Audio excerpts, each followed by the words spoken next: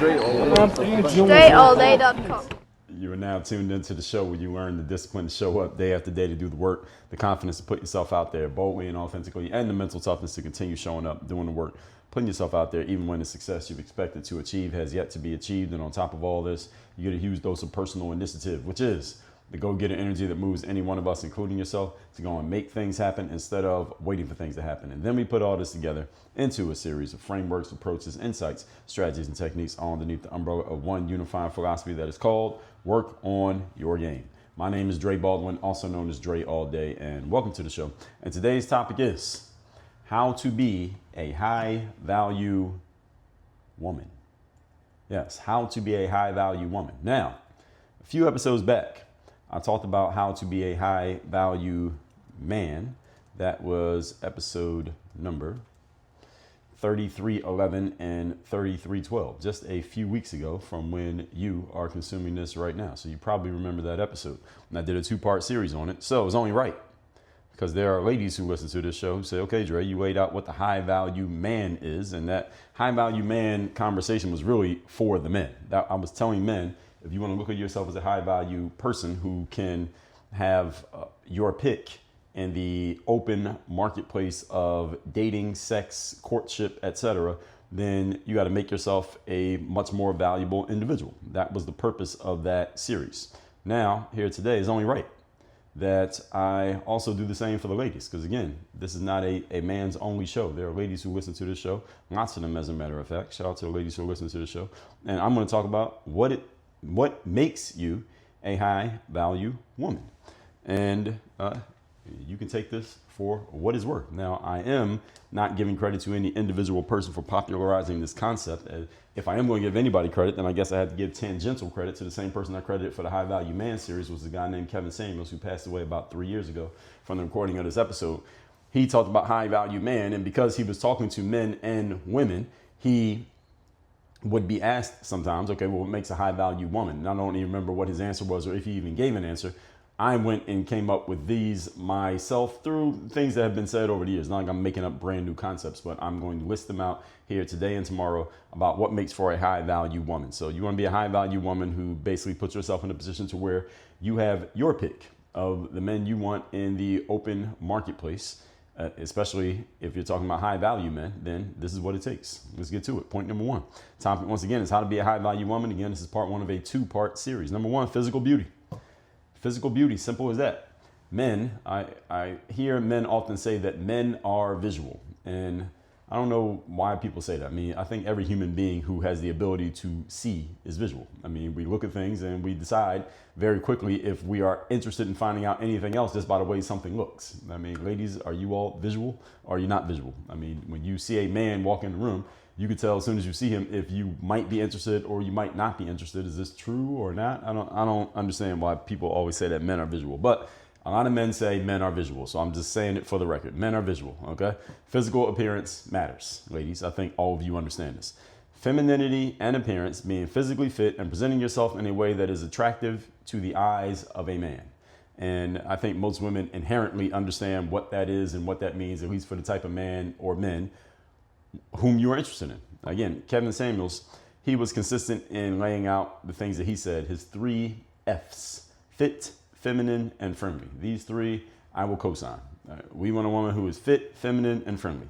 And good news about those 3 things is that any woman can control these. It's not like you have to be tall. Like some women want a man who's over 6 feet. Well, if you're 5'7", there's nothing you can do about that.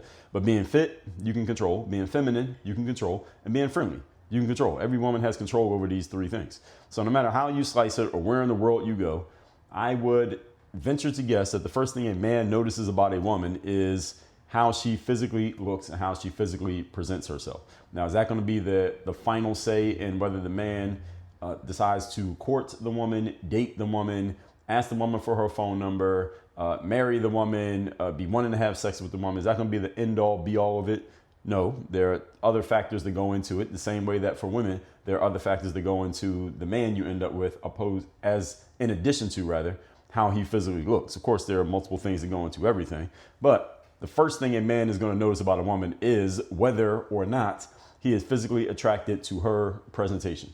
And then the next thing, I would think most men, and I'm just speaking from the perspective of a man, The next thing the man is gauging is what are my chances here with this woman, given the circumstances at hand. There could be several circumstances at hand, such as, all right, do I as a man think I could even approach this woman? Do I have the confidence to approach this woman? Does this woman seem to be interested in me? Because if I see her, maybe she's also seeing me. Is she giving me any signs that she may be interested in me? All right, this woman is with other people. Could I approach while she's with those people? I'm with other people. Could I approach while I'm with these people who I'm with?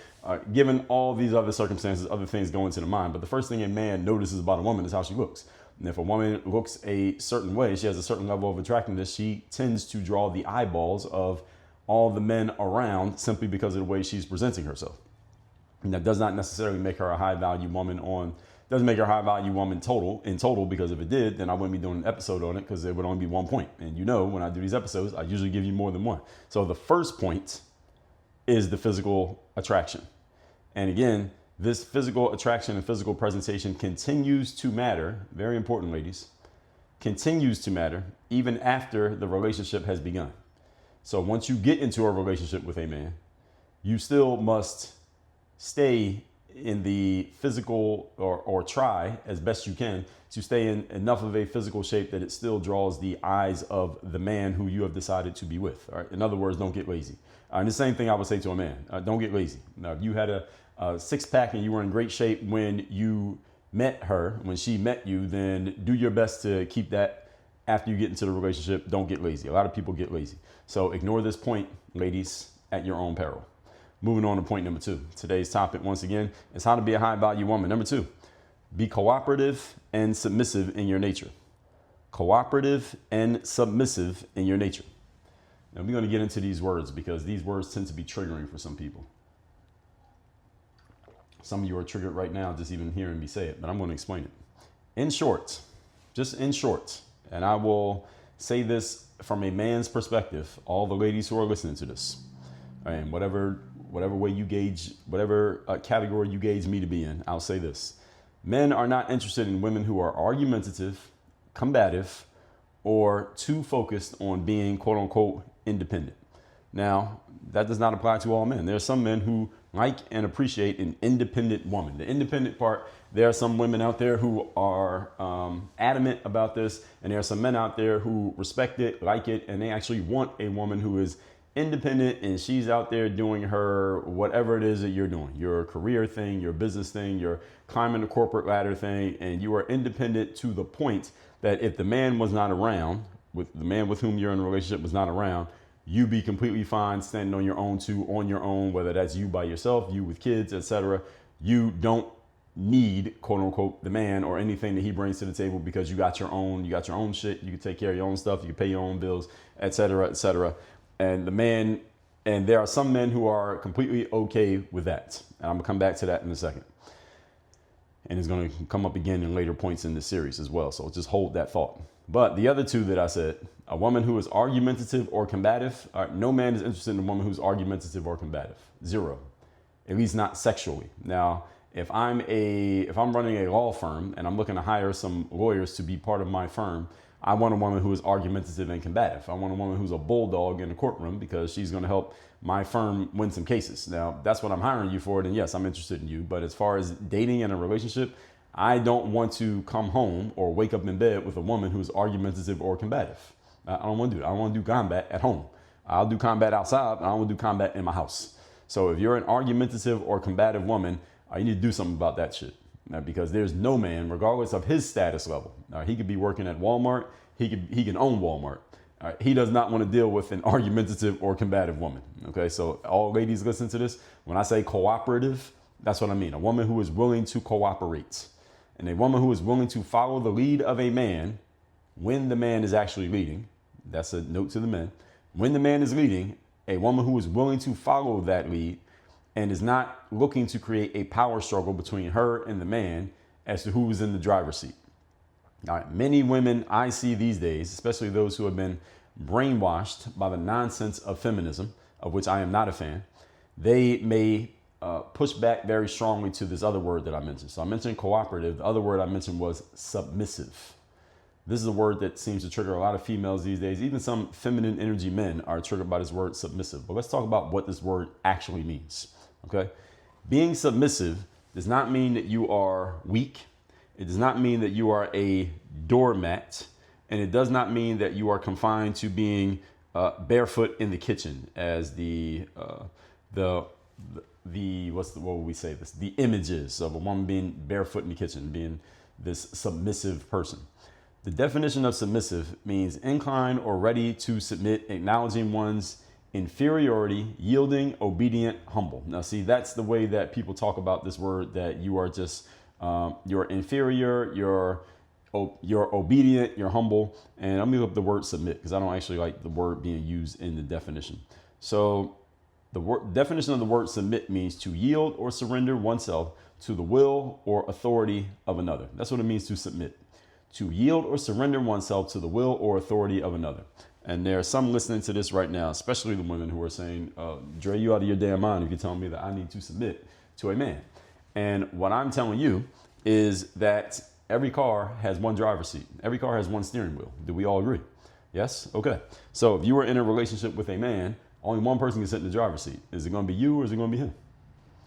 I'm not telling you you're wrong if you want to sit in the driver's seat. I just said there are some women out there who want to sit in the driver's seat and that's what you do. And there are men out there who appreciate that. Fine. I just want you to understand that if you're a woman who insists on sitting in the driver's seat and you find a man who he insists on sitting in the driver's seat, you and him ain't going to be getting together. Now, how interested are you in that man? And how interested are you in being a person who always has to sit in the driver's seat as a woman, as opposed to being with a man who is willing to sit in the driver's seat all the time because it's part of his human wiring, biological wiring to sit in the driver's seat? Is that what you want to do? You want to be the one in the driver's seat? That's fine if that's what you want. I'm not here to tell you you're wrong for wanting what you want. I'm just here to tell you the cost of what you want. The cost of what you want is that you're going to get a man who wants to sit in the passenger seat. Is that really what you want?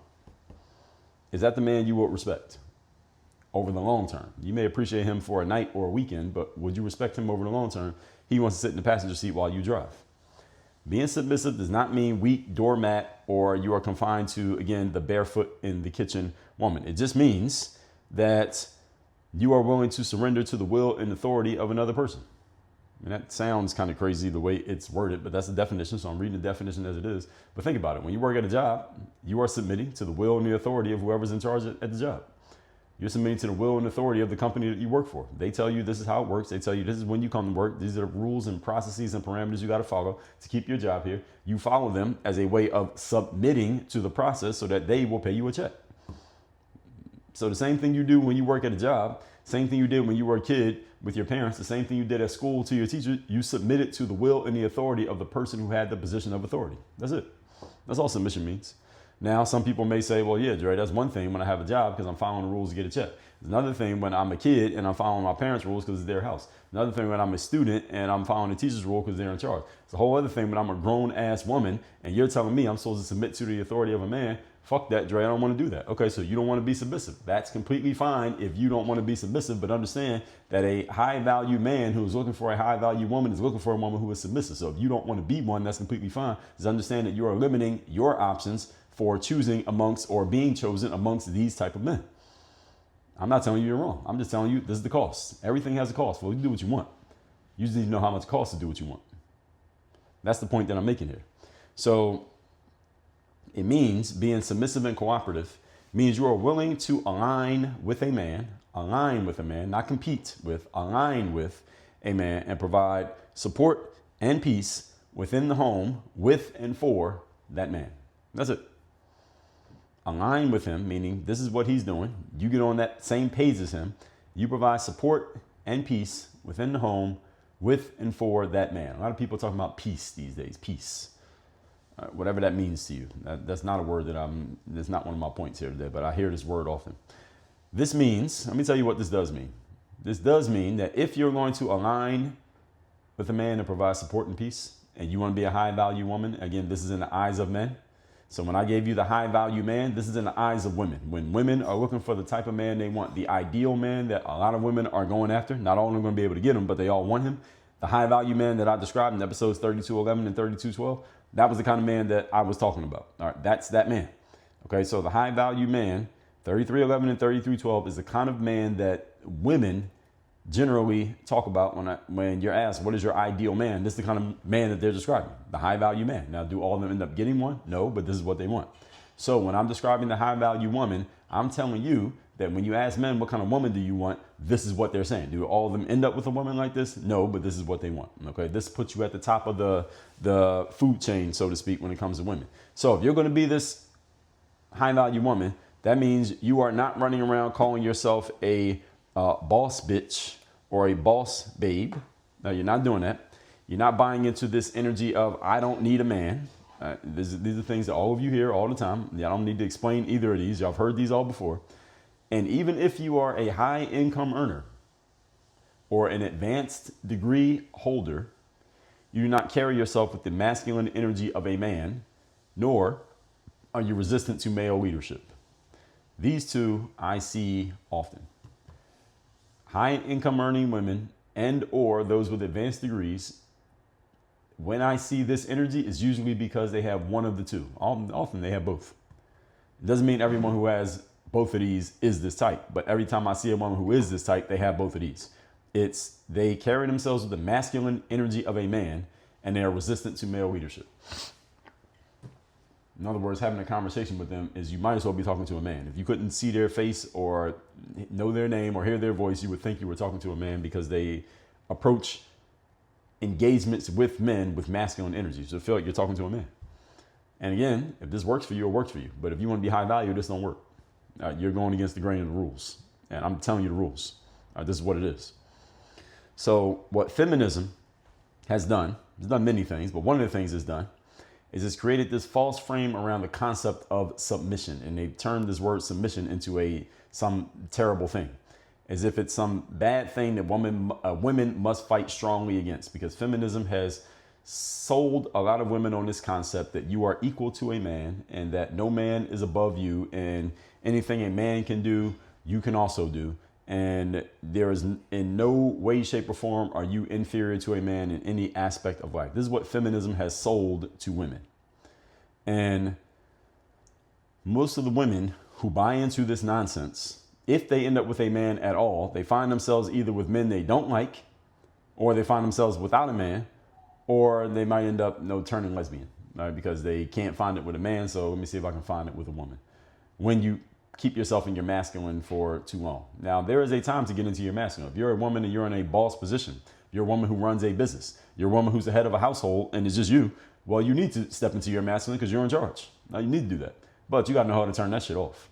If you're going to be a high value woman. Again, this is all if you're going to be a high value woman. You got to learn to turn that shit off.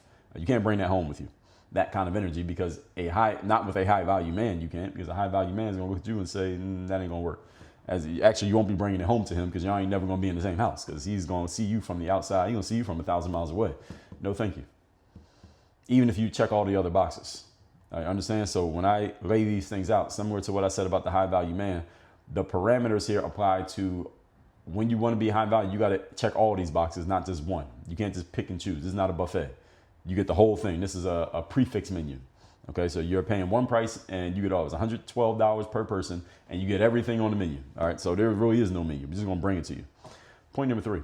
Today's topic, once again, is how to be a high value woman. It's a 2-part series. Number 3, supportive and nurturing energy. Now, again, what does this mean? This is another one of those terms that could be interpreted in a couple terms. It could be interpreted in many different ways. I'm going to do the interpretation for you. In other words, as a high value woman, you're a woman who looks to bring peace instead of bringing problems. Now, that one sounds like an easy one. Sounds like an easy layup, right? What woman shows up to a relationship looking to bring problems as opposed to bringing peace? Well, I'll tell you the answer to that. That's the woman who is combative. The woman who has somehow, some way, somewhere along the line been conditioned to think and feel negative things towards men, or maybe even people in general, but let's just say men. And because of this, you find a way to get combative with every man you come across, not even because you are consciously trying to, but it's subconsciously wired into you. Remember, there are 3 ways to alter the subconscious mind: through repetition, meaning doing the same stuff over and over so it becomes normal; through emotionalization, and that can happen through just one experience; or immersion, meaning you are just in an environment where this is normal so it becomes your normal. So through emotionalization and immersion, it's very easy for a woman to become combative, because you could be around a lot of combative women so you become a combative woman. Or you deal with one situation where you were emotionally triggered and forever altered to where you become combative because of that one thing that happened to you. Let's say you were in a relationship with a man and he was a really shitty guy, and now you have a negative image of men in general because that man made such a strong impression on you negatively. The next man you come across, you're making the next man pay for the bullshit of the past man. This is usually, as far as I've heard, usually addressed through therapy. But supportive and nurturing energy means you're not doing that. Okay, you're doing the opposite. Okay, you're bringing peace instead of problems. You value family. You value the quality of a household, which is about the peacefulness of the household, not just the type of house, the size of the house, or how clean the house is. That's part of it too. And even if you are highly educated, even if you have a career, even if you have your own business, you still value the quality of a household. You still value family. It's not just you and your career over everything. Again, if you want to be high value, it can't be that. Because when you're high value, you're aligning with the man. So it can't just be about your career, because that's not aligning with the man. That's aligning with yourself. Doesn't make you wrong. But again, this is what it takes to be high value. Your emotional intelligence, actually, let me back up. No, that's right. Your emotional intelligence allows you to be a man's soft place to land while he is out doing his thing. He goes out, does his thing. He's hunting. He comes home. He can land in a soft place. And the soft place is not the couch or the bed. The soft place is the energy which you as the woman are creating in the home. That's what makes it a soft place. And a combative woman does not create a soft place. A combative woman creates a hard place. A nurturing and submissive woman creates a soft place for a man. A supportive woman is willing to get behind and be the number one fan of a man she is with, even if or before that man is publicly winning and is publicly recognized for his success. He might not be there yet. Maybe he's on the cusp. I hear a lot of women talking about, hey, the man that I get with doesn't have to be rich and he doesn't have to be super successful yet, but he at least has to have some ambition and some drive and some goals and some desire to become successful. I hear a lot of women saying that. He ain't got to have it now, but he got to at least be trying. Okay. So that means you're willing to be his number one fan to get behind him while he's trying. He ain't make it yet. Are you willing to support him in that process?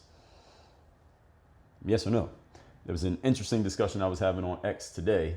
Well, it's not really a discussion. I made a comment or two, and then a lot of allegedly females jumped in with some comments around this very thing about the success of a man and what he's worth at certain points and how many men become successful, et cetera, et cetera.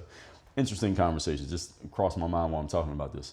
But the key point here, for everyone listening, is that this is not just applying to a woman who is interested in a man who is already successful. Again, because the men who are already successful, it ain't that many of them for every woman to get one. It's a small percentage. 2% of men are at a certain level of success. It's for the men who appear to be on their way to success and have not yet achieved it. Are you willing to get behind and support that man while he's in the process? If not, then you're not high value. Doesn't mean you're a bad person. Again, if you want to be high value, these are the things you got to do. I'm just telling you the rules. Let's recap today's class, which is how to be a high value woman. Again, it's going to be a 2-part series. This is part 1.